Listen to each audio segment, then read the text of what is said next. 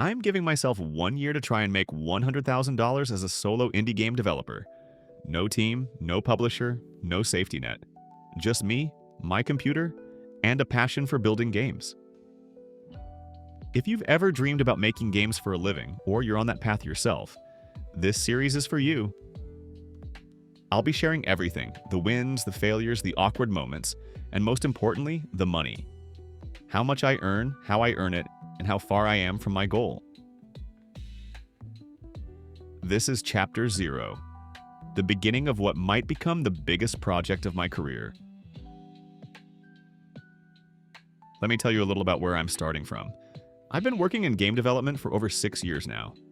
Most of that time I've been using Unity, working on everything from small prototypes to full releases. I've solved bugs at 2 a.m., crunched on deadlines, and made a lot of mistakes that taught me how games actually work under the hood. What kind of games do I love? Mostly strategy, action, and anything that challenges the player's brain or reflexes. If a game makes you pause and think, but also keeps you on edge, I'm in.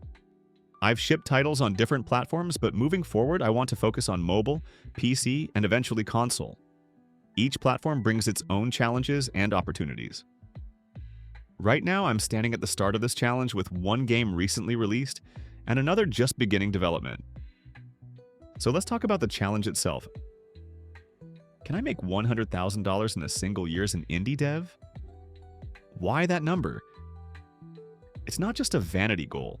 $100,000 is the point where indie development could be sustainable, where I could reinvest into better tools, outsource art or audio, and most importantly, not burn out trying to do everything myself. It's a bold goal, maybe a little too bold, but I wanted something that pushes me, something that forces me to level up, not just in development, but in marketing, production, and even community building. And here's the catch: the clock starts now. From this moment, I have 12 months. The rules are simple. Only income that comes directly from game-related work counts. That means revenue from released games, tools I make and sell, asset packs, even YouTube revenue if it's directly tied to documenting this journey. Each month, I'll publish an income report. It'll break down how much I earned, from where, and what I learned that month. In between those, I'll post bi-weekly development updates, sharing what I'm working on, technical hurdles, and behind-the-scenes footage. If I hit the goal, amazing. If I fall short, that's still a story worth telling. Let's talk about my first game I released recently. This game was built in Unity and launched recently on Android and iOS. It's a fast-paced auto-battler with a unique twist on how players position and evolve their units. The project taught me a lot, not just about game design, but about shipping something in the real world. Things like onboarding, monetization strategies, and how players actually behave once they download your game. It's out now, and while it hasn't blown up, it's part of this challenge. Any revenue it makes during this 12-month window counts toward the $100,000 goal. Now for the bigger leap. My next game is going to be a multiplayer platform shooter. And for the first time, I'm stepping away from Unity and jumping into Unreal Engine. Why switch engines now? A few reasons.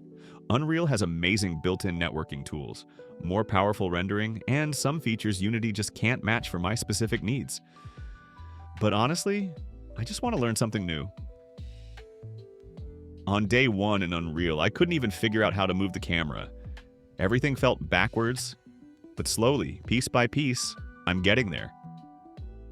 This project will be the core of my devlogs, watching it evolve from prototype to finished product. Here's a rough roadmap of how I think this year will go. Phase 1, prototype the Unreal shooter and build a playable alpha. Phase 2, grow a community through YouTube, Discord, maybe even Steam wishlists. Phase 3, polish, test, and release, probably as an early access title. Phase 4, post-release support, updates, and marketing push. If I have time, I might squeeze in a second, smaller project. Maybe something weird, experimental, or built during a game jam. Along the way, I'll also look into monetization extras, like building and selling small tools, templates, or systems I create for my games. Now let's talk about the risks. $100,000 is not a small number, and I'm starting from zero. I don't have a massive YouTube audience. I don't have thousands of wish lists.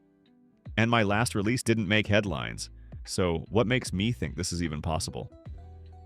Honestly, I don't know if it is, but that's the point. I'm documenting this journey not because I know how it ends, but because I don't. I want to be transparent about the entire process. What it costs me, what I learn, what fails, and what actually works. No fake hype, no inflated numbers, just a real look at what it takes to go full indie in 2025. If you've ever thought about making your own game, this channel is for you. Whether you're just starting out, stuck in the middle of a project, or already shipping games, I hope this journey gives you something valuable. Maybe it inspires you. Maybe it saves you from a mistake I made. Or maybe it just helps you feel like you're not doing this alone. So, what can you expect going forward? Every 2 weeks, you'll get a new devlog, where I show what I've built, what I've broken, and what I've learned. At the end of each month, I'll post an income report with exact numbers, platform breakdowns, and trends I'm noticing. You'll also see occasional breakdowns like postmortems on past games, tool development sessions, tutorials or design deep dives, maybe even some game jam challenges. If all this sounds interesting, consider subscribing. More than that, I'd love to hear from you. What are you working on? Are you using Unity, Unreal, or something else entirely? Leave a comment, or just keep watching silently. Either way, I appreciate you. The road to $100,000 starts now. Welcome to Chapter 0.